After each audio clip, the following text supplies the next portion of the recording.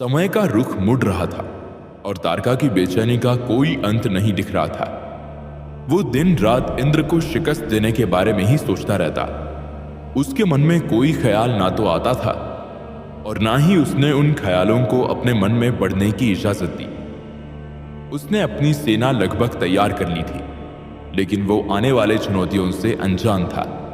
कहते हैं ना, समय किसी का भी कभी भी पलट सकता है और किस्मत भी। कुछ ऐसा ही तारका के साथ होता हुआ प्रतीत हो रहा था। सेनापति जी महाराज। कितना समय और लगेगा? मेरे धैर्य का इम्तिहान मत लो सेनापति, नहीं तो तुम्हें भी तुम्हारे प्रिय महाराज के पास पहुंचा दिया जाएगा, जहां तुम्हें खाना तो क्या सूरज की किरणें भी नसीब नहीं होगी। खड़े क्या हो, बोलो, कोई खबर, कोई अद्यतन? प्रभु, हमारे सिपाहियों की तैयारी चल रही है, पर कुछ समय और लगेगा प्रभु। समय समय समय, अरे समय ही तो नहीं है मेरे पास। प्रभु, अगर हम अभी युद्ध करने जाएंगे तो अनर्थ हो जाएगा। ये कोई पराये नहीं बल्कि अपने ही है प्रभु। ये आपकी प्रजा का हिस्सा ही नहीं बल्कि आपकी प्रजा के रक्षक भी हैं। प्रभु, ये सिर्फ लोगों को नहीं बल्कि आपकी इज्जत की भी रक्षा करते हैं। पर बताते हुए मुझे भी कष्ट हो रहा है प्रभु कि कई सिपाही अपने जान से हाथ धो बैठेंगे। विकट परिस्थितियां खड़ी हो जाएंगी प्रभु। मुझे सिर्फ जीत से फर्क पड़ता है। जीत जीत जीत, सिर्फ एक ही ख्याल को मेरे मन में आने को इजाजत है, और मेरी मानो तो सेनापति, अपने मन को भी इसी तरह तैयार कर लो ताकि तुम्हारे मन में भी एक ही बात अपनी जगह बना सके, और वो है असुर लोक की जीत और इंद्र की हार। समझे?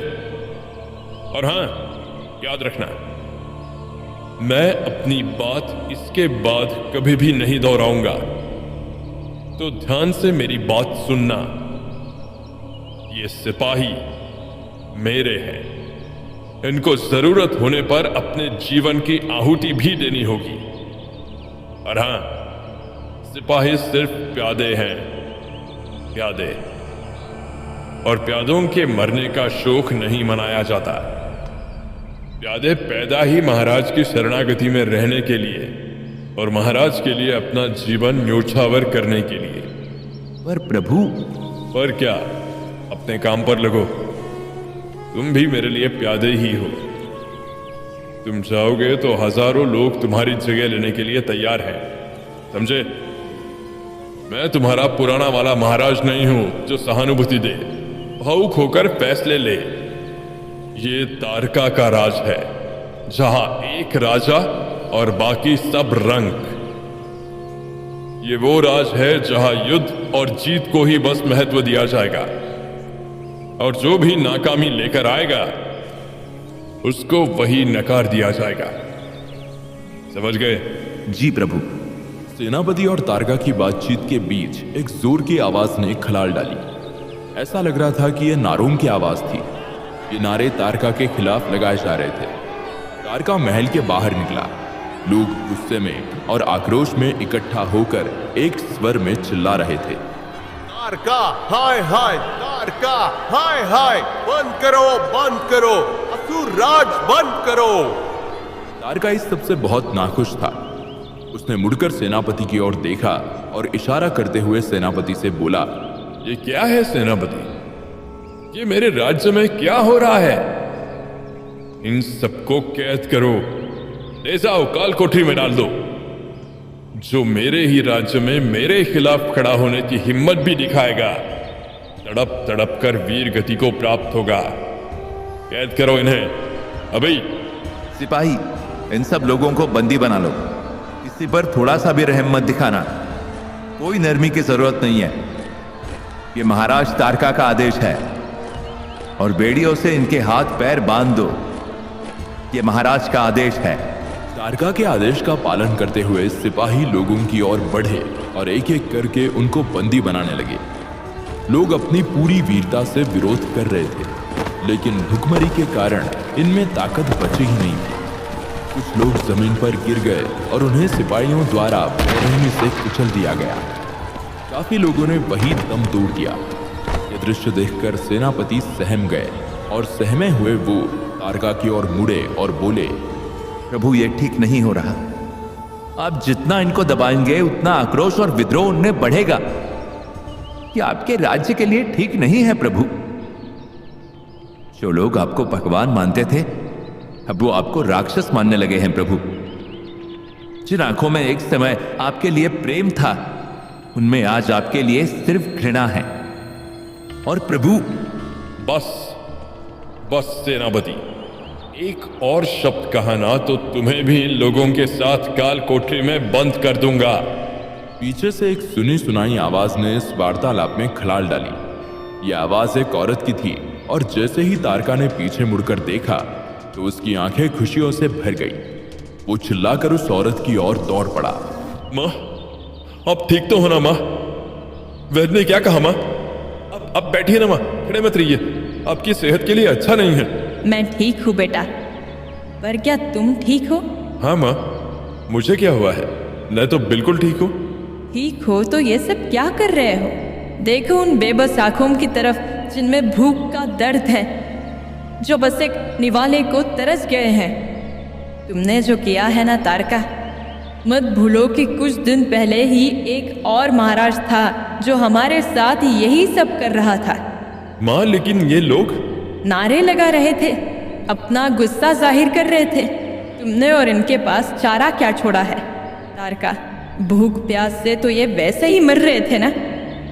उन्हें लगा उससे बेहतर विद्रोह करते हुए ही मरे। मत भूलो तारका, एक राजा उसकी प्रजा के कारण ही बलशाली होता है। मुझे किसी की जरूरत नहीं है माँ। मैं सबसे बलशाली और सबसे शक्तिशाली हूँ, और जो भी मेरे रास्ते में आएगा उसे साफ कर दिया जाएगा। और हाँ माँ, आप मुझे सलाह देना बंद कर दें।